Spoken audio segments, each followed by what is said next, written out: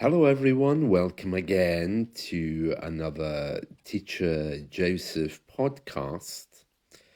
I hope you've enjoyed this week's weekly lesson, which was called The House Guest, all about the joys of receiving someone at home and how we are supposed to behave. Now, I'm just going to give you some headlines today from the newspapers around the UK. Some of the more unusual ones are quite interesting. So the first one here says Scots hit by mental health crisis. And it says here the number of people in Scotland reporting mental health issues has more than doubled in a decade, data shows. Figures from the 2022 census released yesterday showed that 617,000 people reported they had a mental health condition. That's 11% of the whole population, and that's up 4.4% in the last 10 years, the 2011 survey.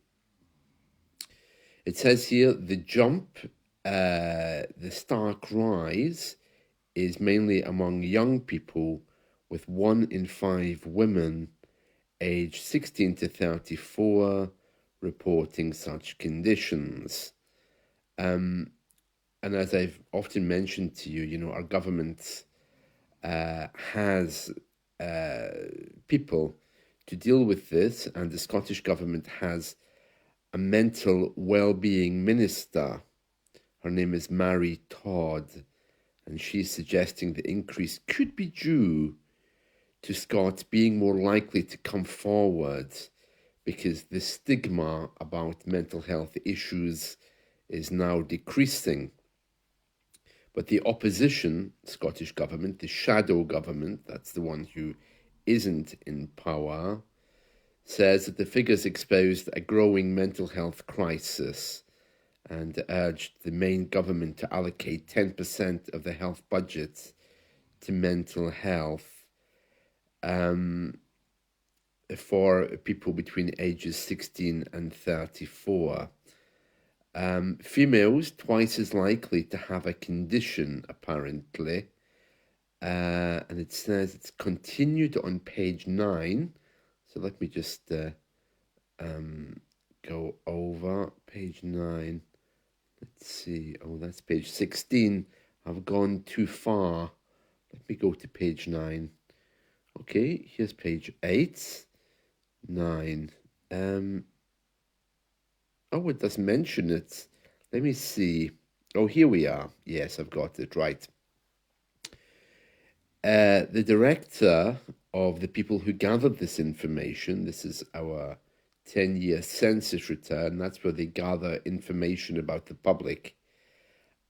He says there were also increases in older age groups, but the bigger increases were seen in younger groups, and it's now more common for younger people to report a mental health condition.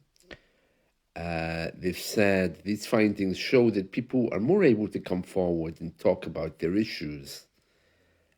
He added the mental health system is under pressure, waiting times are high, in large parts. That's in large part.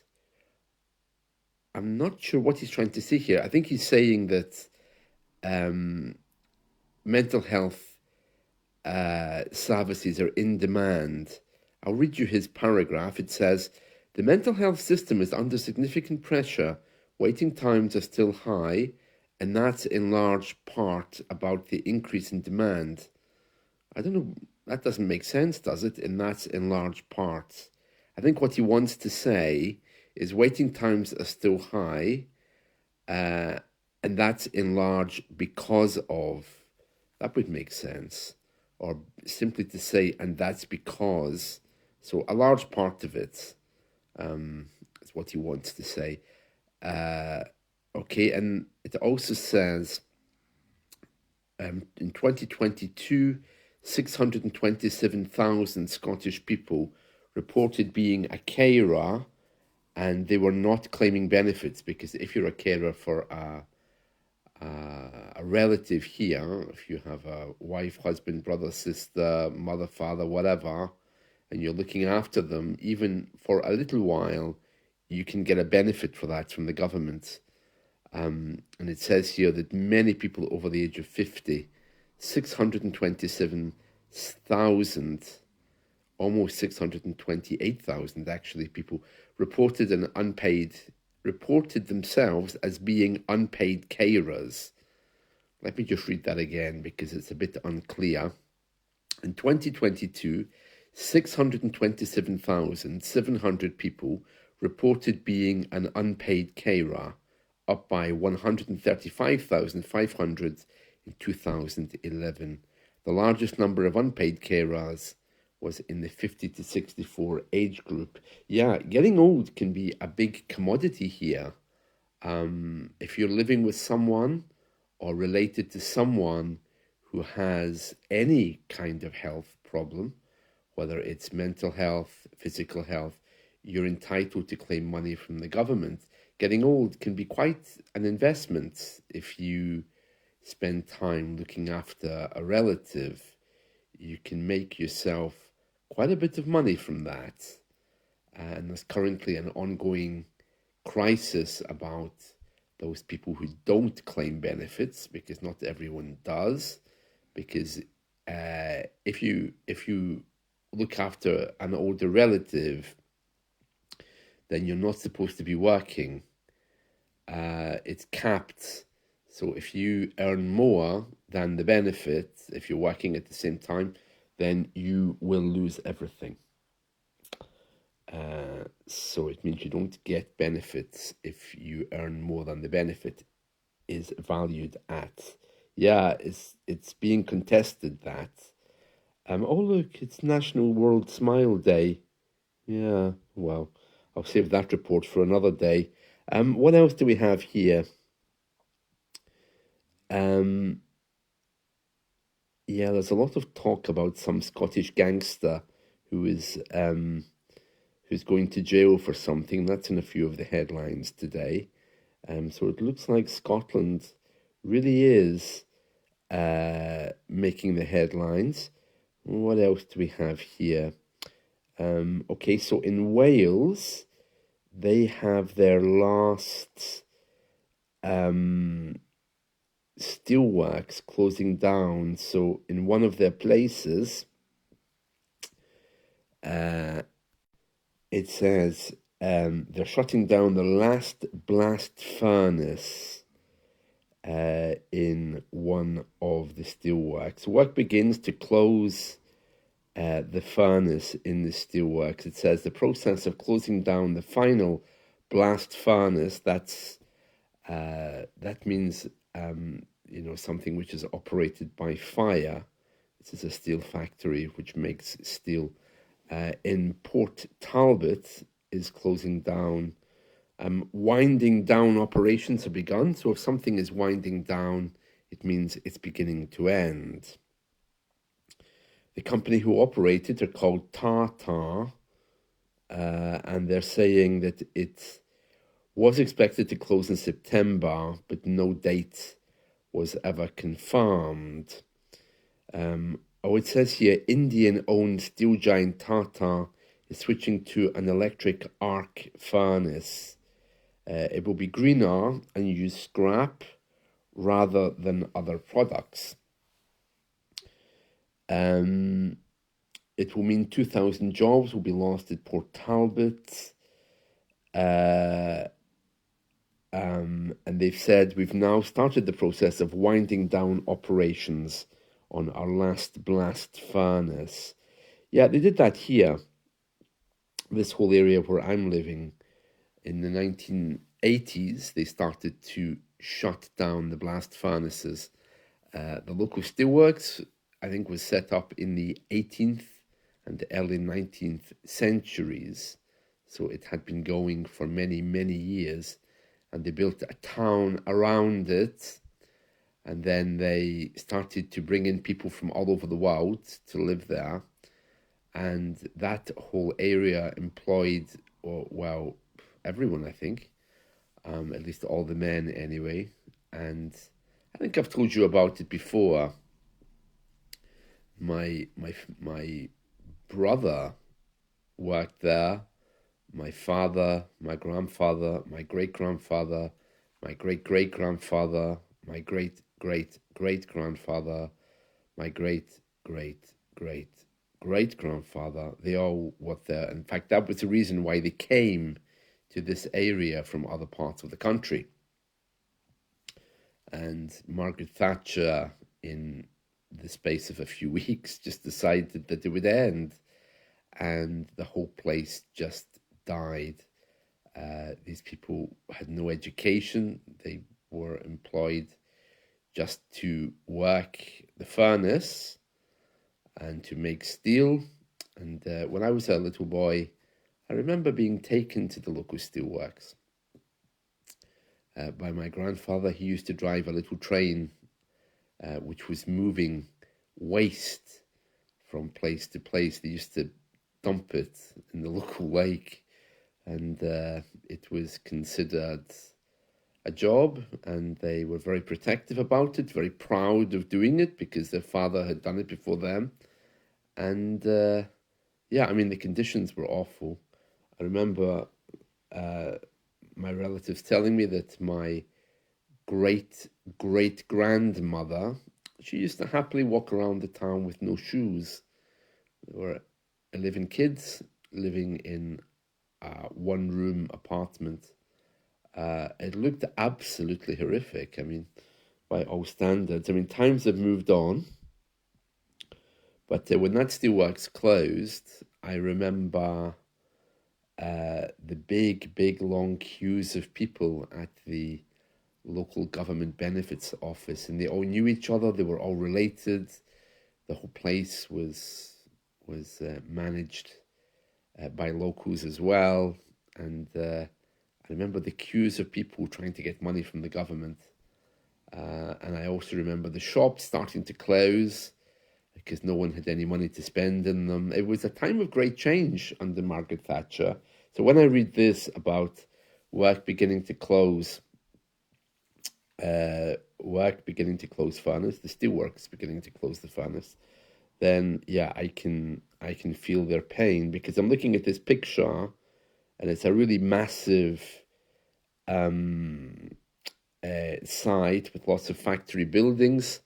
And I went down to our old steelworks site the other day, and they've tried to transform it into some kind of nature path, some kind of wildlife area, by flattening a lot of the buildings and, building pathways around it. It looks very beautiful, but it was horrific. And I don't see how you can just take an industrial park, knock everything down, put grass there and call it lovely.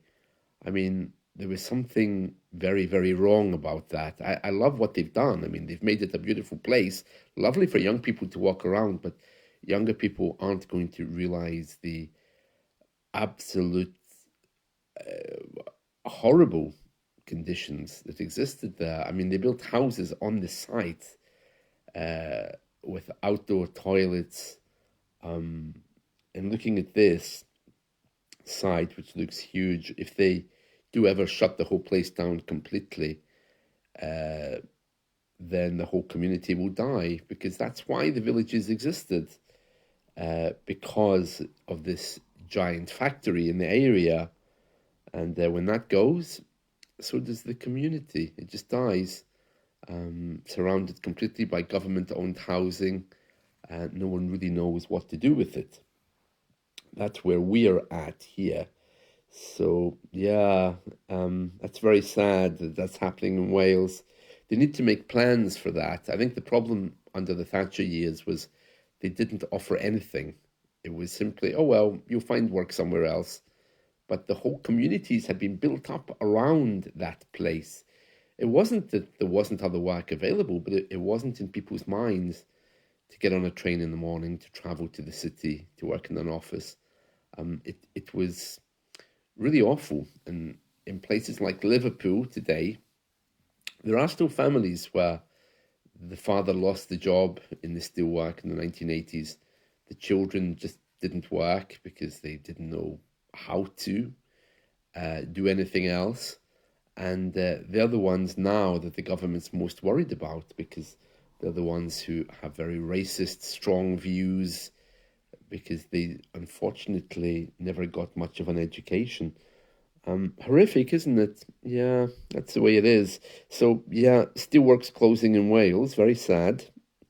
Very sad. What else do we have here? Oh, it's quite nasty about murder and other things. Yeah, one other thing that's happening, I think, today is that MPs, that's members of our parliament, are going to be voting on whether people have a right to die under certain circumstances. And the headline is showing a picture of an actress who has been pushing for the law to be changed because she wants to be allowed to, go to Switzerland and allow them to give her an injection where she'll die. She says, "I never thought I'd be alive to see the law change, but actually perhaps I will." I wonder why she cares. I mean, if she wants to die, why is she saying, "I never thought I'd be alive to see the law change"? It seems a strange thing to say. You protest and you insist that the government must give you the right to die, and then they decide to vote on it, and you say, "Oh, I never thought I'd be alive to see that." Well, you won't be much longer, love, if they get their own way with this. Her name is Esther Ranson, and she hopes that assisted dying will now be legalized in her lifetime. Well, if it is, her lifetime is going to be very short, if that's what she wants. A free vote on the reform is now certain, possibly next month, it says here. One particular MP is taking up the fight and wanting a thorough debate on this. And they're quite sure that they're going to get it. Now, I don't know exactly what that law will look like. I'm sure it's not going to be everyone can just decide to die. It's probably going to be people who are very ill, who have good mental health. It says here, it will be clear who is eligible with protection against abuse. I'm really not in favor of that at all. I'm really not in favor of that. Once you start going down that road of disrespecting human life, I don't think it can ever stop. It eventually will reach a point where someone else will decide, just to switch you off. No, I think these things are best left alone. And also, once you start playing with life, life tends to play with you. So who knows what will happen in the future. Right, and there we are. So, that's a horrible, horrible story there. But if it's happening here, it no doubt will be coming to you very soon.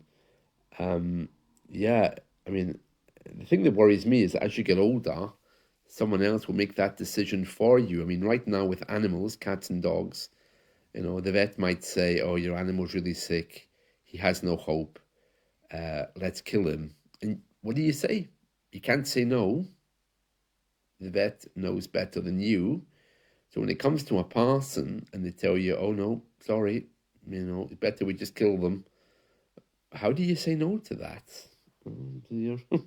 Well, anyway, that's a nice note to finish with. So I'll be back again soon with more delightful news from the UK. And remember, this is World Smile Day, which means that you're supposed to show your teeth to whoever's around you. So good luck with that as well. All right, then, that's it from me. I'm off to do my pronunciation video for the weekly lesson. Next week's weekly lesson, I kind of have something in mind. I think you'll like it. So I'll see you all again soon. See you. Bye.